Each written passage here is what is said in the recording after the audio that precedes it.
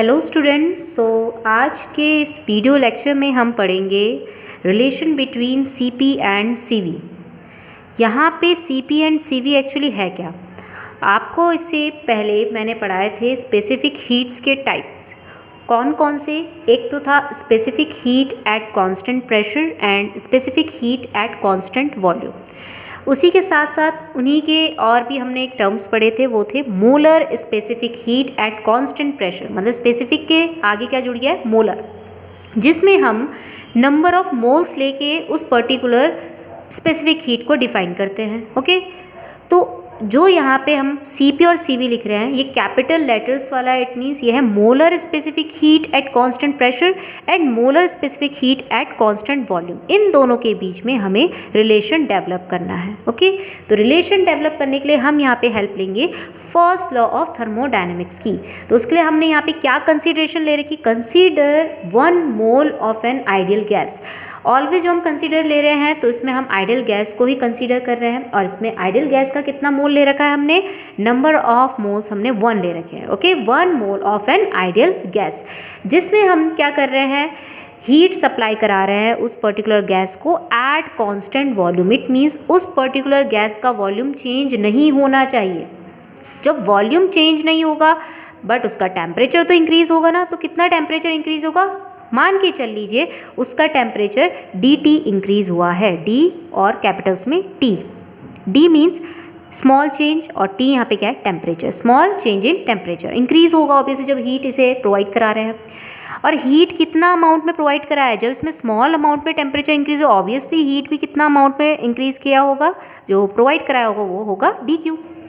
Okay, तो आपने पढ़ रखा है यहाँ पे मोलर स्पेसिफिक हीट का फॉर्मूला, जो कि ये था C एट कांस्टेंट वॉल्यूम की बात हो रही है ना। CV is equals to heat, जो भी स्मॉल हीट प्रोवाइड हो रही है उस पर्टिकुलर सिस्टम ऑफ गैस को, ठीक है, सिस्टम को, dq अपॉन यहाँ पे हमारे पास क्या निकल के आता है? नंबर ऑफ मोल्स एंड साथ ही साथ यहाँ पे जितना भी उसका टेम्परेचर चेंज होगा। तो यहाँ पे हमने नंबर ऑफ मोल्स कितना ले रखा है? n इज इक्वल्स टू यहाँ पे 1 है। Okay, n is equals to यहाँ पे 1 है, तो dq का फॉर्मूला यहाँ पे क्या निकल के आएगा? Specific heat at constant volume के टर्म्स में वो निकल के आएगा यहाँ पे dq is equals to n की जगह तो 1 हो गया है, तो dq कितना आ जाएगा यहाँ पे? cv इंटू dt, क्योंकि मल्टीप्लाई में जो हमारे पास नंबर ऑफ मोल है वो 1 ऊपर चला जाएगा। ठीक है, तो ये आ गया हमारे पास फॉर्मूला किसका? जो भी हमने हीट प्रोवाइड कराई है उस पर्टिकुलर गैस को। कितना मोल? 1 मोल ऑफ गैस को। ओके, और इसे दे देते हैं इक्वेशन फर्स्ट। इस इंटू 1 को हटा देते हैं, इसे दे देते हैं equation first. Now apply first law of thermodynamics. From first law of thermodynamics तो वो हमारे पास क्या आएगा? dq is equals to du plus pdv आता था उसमें। स्मॉल वर्क डन का फॉर्मूला वो कितना था? pdv। तो यहाँ पे dv means change in volume, और अभी आपने पढ़ा कि यहाँ पे हम कांस्टेंट वॉल्यूम वाली कंडीशन लेके चल रहे हैं। कांस्टेंट वॉल्यूम में तो कोई भी चेंज इन वॉल्यूम नहीं होगा, तो pdv कितना होगा? 0। तो सेकंड टर्म यहाँ पे हो जाएगा 0। It means dq is equals to किसके इक्वल निकल के आ रहा है? इंटरनल एनर्जी इंक्रीज करने के लिए निकल के आ रहा है, जो कि हमने उस केस में भी पढ़ा था जब हम बात कर रहे थे application of first law of thermodynamics के केस की। ठीक है, तो it means from equation first से मैं यहाँ पे लिख सकती हूँ ना कि dq की जगह यहाँ पे du is equals to cv dt यहाँ पे प्लेस हो जाएगा। Okay, and let this equation be second. Now second condition हम यहाँ पे देख रहे हैं कौन से वाले केस की, कि अगर हम यहाँ पे गैस को हीट प्रोवाइड करा रहे हैं एट कांस्टेंट प्रेशर की फॉर्म में, तो तब यहाँ पे क्या होगा? तो वो हम ऐसे लिखेंगे, देखिए जैसे हमने ऊपर लिखा है फॉर्मूला। तो अब लेकिन यहाँ पे जो हीट होगी वो दूसरे टाइप की होगी, क्योंकि यहाँ पे हम एट कांस्टेंट प्रेशर की बात कर रहे हैं। सो dq नहीं, बल्कि यहाँ पे मैंने क्या लिख दिया? dq dash is equals to cv की जगह यहाँ पे cp, और जो भी उसका इंक्रीज इन टेम्परेचर हुआ है वो लेट कर लिया हमने dt। ना फर्स्ट लॉ ऑफ थर्मोडायनेमिक्स जो है वो हमें पता है वो क्या होता है? dq डैश, कितनी हीट हमने प्रोवाइड कराई? dq dash. So dq dash is equals to du plus pdv। du मतलब जो भी उसकी इंक्रीज इन इंटरनल एनर्जी होगी, और pdv मीन्स जो भी वहाँ पे वो जो गैस है वर्क परफॉर्म करेगा। क्योंकि देखिए अब यहाँ पे वॉल्यूम तो कांस्टेंट है नहीं ना, जब हम इसे हीट प्रोवाइड कराएंगे तो उसका टेम्परेचर राइज होगा, साथ ही साथ वहाँ पे एक्सपेंशन टेक प्लेस होगा गैस का, और एक्सपेंशन जब होता है तो it means work done by the gas होगा। तो इट मीन्स यहाँ पे क्या आएगा? pdv, इट मीन्स उसका वॉल्यूम भी इंक्रीज होगा। ओके, अब हमें पता है यहाँ पे कि जो du है फ्रॉम इक्वेशन सेकंड से, जो du है फ्रॉम इक्वेशन सेकंड से हम क्या लिख सकते हैं, वो लिख सकते हैं cv dt और dq डैश की जगह cp dt। इस तरीके से from equation second and third cp dt is equals to cv, capitals में लिखेंगे इसे cv dt plus p dv। ये कहाँ से निकल के आया, from equation second and third से। Okay, now let this equation be fourth. Now p dv को थोड़ा सा मुझे यहाँ पे क्या करना पड़ेगा, रिप्लेस कराना पड़ेगा, क्योंकि यहाँ पे भी dt टर्म आ रहा है, इसमें भी dt टर्म आ रहा है, तो इसमें भी dt आना चाहिए। तो उसके लिए मैं यहाँ पे क्या यूज़ कर रही हूँ, ideal gas equation.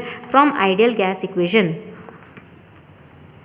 Ideal gas equation के अकॉर्डिंग आप सभी ने पढ़ रखा है P V is equals to क्या होता है, एन आर टी। एन यहाँ पे क्या है, number of moles. Number of moles कितने ले रखे हैं, 1 ले रखे हैं। सो सिंपल आर टी लिख देते हैं यहाँ पे। Okay, now differentiate with respect to temperature on both side.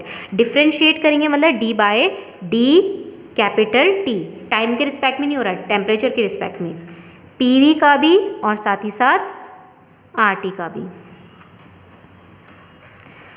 जिसमें आप सभी को यहाँ पे पता है कि प्रेशर, और यहाँ पे कौन सी कंडीशन ले रहे हैं, eight constant pressure, constant pressure वाली कंडीशन चल रही है। ठीक है, एट कांस्टेंट प्रेशर, क्योंकि ऊपर दिख रहा होगा एट कांस्टेंट प्रेशर, तो जो कांस्टेंट है वो तो बाहर आ जाएगा। डिफ्रेंशिएशन किस सिर्फ यहाँ पे किसका होगा, v का होगा। ठीक है, साथ ही साथ अगर हम यहाँ पे देखें किस चीज़ के बारे में, D by D T. D by D T यहाँ पे आर क्या है, गैस कांस्टेंट, गैस कांस्टेंट तो बाहर रहेगा, और यहाँ पे किसका डिफ्रेंशिएशन होगा, यहाँ पे टेम्परेचर का। तो हमारे पास क्या निकल के आएगा, ये चीज़, क्योंकि देखिए आर तो एज इट इज़ रहेगा, और टेम्परेचर का डिफ्रेंशिएशन जब हम करेंगे तो डी टी से डी टी कट, तो इट मीन्स वहाँ पे 1 आ जाएगा, और पी तो बाहर रहेगा, और यहाँ पे टेम्परेचर के रिस्पेक्ट में हमने जो डिफ्रेंशिएशन किया वॉल्यूम का वो होगा D V by D T. यहाँ पे P D V as it is रहने दीजिए, और आर को भी as it is, D T को इधर भेज दीजिए, तो आर डी टी हो जाएगा यहाँ पे। Now put this value in equation 4, क्योंकि पी डी वी की वैल्यू हमें मिल चुकी है, तो इट मीन्स ये आर डी टी यहाँ पे आ जाएगा इक्वेशन 4 में। पुट दिस इन इक्वेशन 4, तो हमारे पास आएगा C P D T is equals to C V D T plus करके पी डी वी की जगह R D T. Both side D T common आ रहा है, तो डी टी से डी टी कट हो जाएगा, और हमारे पास आएगा C P is equals to C V plus R, and C P इधर जाएगा, ये माइनस का C V is equals to R. तो इट मीन्स रिलेशन हमारे पास आ चुका है कि जो भी हमारे पास सी पी होगा, C P and C V का डिफरेंस होगा वो गैस कांस्टेंट के इक्वल निकल के आएगा, और साथ ही साथ इससे भी हमें दिख ही रहा है कि जो सी पी है वो किसके सम के इक्वल होगा, molar specific heat at constant volume, and साथ ही साथ एडिशन में कौन, गैस कांस्टेंट के। तो इट मीन्स अगर हम इस एक्सप्रेशन से देखें तो एक और चीज़ यहाँ पे प्रूफ हो रही है, वो क्या, C P is greater than C V. वो कैसे, क्योंकि यहाँ पे जो सी पी है वो 2 के एडिशन, मतलब सी वी तो है लेकिन साथ साथ में गैस कांस्टेंट भी ऐड हो रहा है, तो it means C P greater होगा किसके कंपैरिजन, सी वी के। इसी पर्टिकुलर फॉर्मूले को हम यहाँ पे क्या कहते हैं, इसे मेयर्स फॉर्मूला भी बोला जाता है, मेयर्स फॉर्मूला। तो अगर आपके पास एग्जाम में आता है डिराइव मेयर्स फॉर्मूला, तो इट मीन्स आपको ये पूरी डेरिवेशन करनी होगी, और ये डेरिवेशन मोस्ट इंपॉर्टेंट है।